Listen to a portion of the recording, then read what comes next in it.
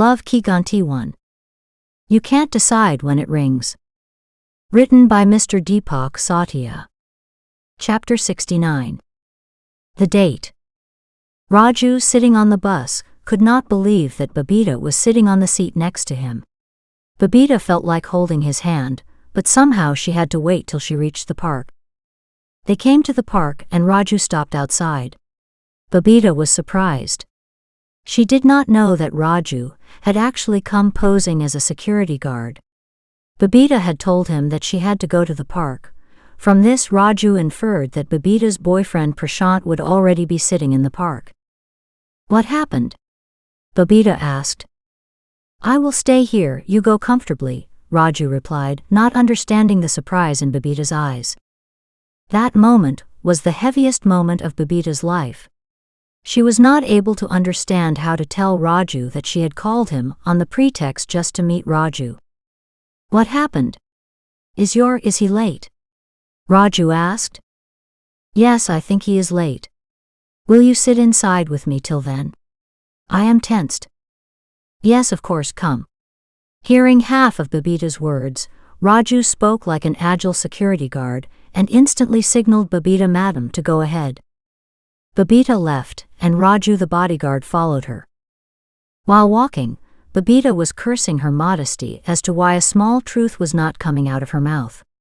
Whereas that moment was the greatest moment of Raju's life. He was full of pride. He felt that the stain of Eve teaser and potential rapist had been removed from his forehead. Babita saw the same bench where both of them were sitting last time. She wanted to sit there, but her decency was not allowing her. Therefore, she walked around the whole park walking like a snake and sat there in the same manner as a tired traveler sitting down. Raju stood near him, taking the feeling of the head security guard. Please sit down, it feels weird like this. It took Babita 5 minutes to say this. Raju obeyed her like an order and sat at an appropriate distance from Babita in a bouncer style. Last time Raju was feeling nervous. Similarly today, Babita was nervous. Shivers were emanating from her entire body. She was not able to understand what to say to Raju. Finally, Raju broke the 10-minute silence. He is quite late. When Raju said, Babita looked at him with a question mark on her face. Your boyfriend, he is late, Raju said hesitantly. After listening to Raju, Babita remembered her lie. Yes, he is late a bit, by the way his name is Prashant. It is a good name, Raju spoke before Babita could finish her sentence. He is very nice. Definitely will. After all, you are in his fate, he looks like a good person. He even talks to an ordinary waiter like me by calling op. Raju said, interrupting Babita again. My sister. She would definitely like him. He is handsome, educated, and has the manners to talk. Your sister and your parents too must have liked him. Good, very good. Being irritated with Prashant, but acting like a gentleman, Raju again interrupted Babita. This time Babita could not bear it. Please let me finish what I want to say, Babita said scolding, and Raju stood up in fear. Sorry. Raju started looking around while speaking. Gurikpal and Ashish were watching them from a distance. I told you he doesn't have guts, Gurikpal said laughing. Ashish showed Gurikpal the forest at the back of the park with a finger gesture. Hunting in the forest has its own fun. When Ashish said, Gurikpal felt proud of him. When he started moving forward, Ashish showed him the park staff. They are idle people. They are definitely waiting for 1 o'clock. When it is their lunchtime, we will also eat our prey, said Ashish. Understanding what he said, Gurikpal stopped his advances. On the other hand, at Babita's request, Raju sat on the bench again. Do you like Sangeeta? Babita asked Raju, expressing slight displeasure. Raju had never asked such an awkward question in his life. Sangeeta? Who is she?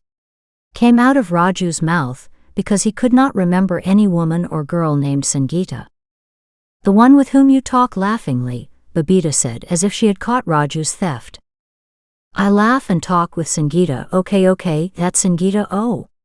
She is a very nice girl. Remembering his customer Sangeeta, Raju replied. Babita was surprised to hear Raju's answer. She felt that Raju was feeling happy after doing bad things. He stared at Raju. Raju noticed Babita's staring, but did not understand the reason for it. He didn't understand what he had done wrong now. Whereas according to Babita, Raju had not only messed up, he had also done very bad things. Raju again got up nervously, and this time went behind the bench so that Babita felt distant from Raju. Seeing this, Babita's anger doubled. Please come and sit here and listen to me quietly, said an irritated Babita requesting him. Raju hesitantly refused. Babita controlled her anger with great difficulty.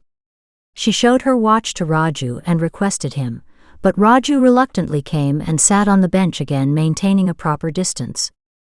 Sangeeta is not a good girl. Stay away from her. When Babita said this, Raju was shocked. Raju wanted to say something, but he did not have permission. So, like a child, he placed a finger on his lips so that a signal was sent to his brain that he should not utter even a single syllable from his mouth. Babita was feeling too shy to say the next thing, so she looked down. Raju did not understand that if Sangeeta was not a good girl, then why Babita was feeling embarrassed. Prashant is my Jiju. Meaning it's not official yet, but he will be my Jiju for sure. Babita said, looking down. For a few seconds she gathered courage and looked at Raju with hopeful eyes. Babita thought that Raju would be very happy after hearing this, and would understand that Babita had come to meet him that day, but the expression on Raju's face was asking him, "Are you having an affair with your Jiju? Don't you have anything to say?" Babita asked. You are the one who kept me quiet. Please say something, Babita said impatiently, interrupting Raju. You and your Jiju. When it came out of Raju's mouth with great sadness, Babita hit her forehead. Seriously, hey Bhagwan, one of the two must be intelligent. Saying this, Babita stood up. She was angry with herself and also with Raju. She had heard somewhere that life should be simple and stupid, but she didn't know why people make life a complicated drama. Simple and stupid, saying to herself, Babita turned. She saw that Raju had also stood up. She signaled Raju to sit. When Raju sat down, she sat at his feet. When you used to try to talk to me out of fear at the bus stop, I used to pray that someday your efforts would be successful.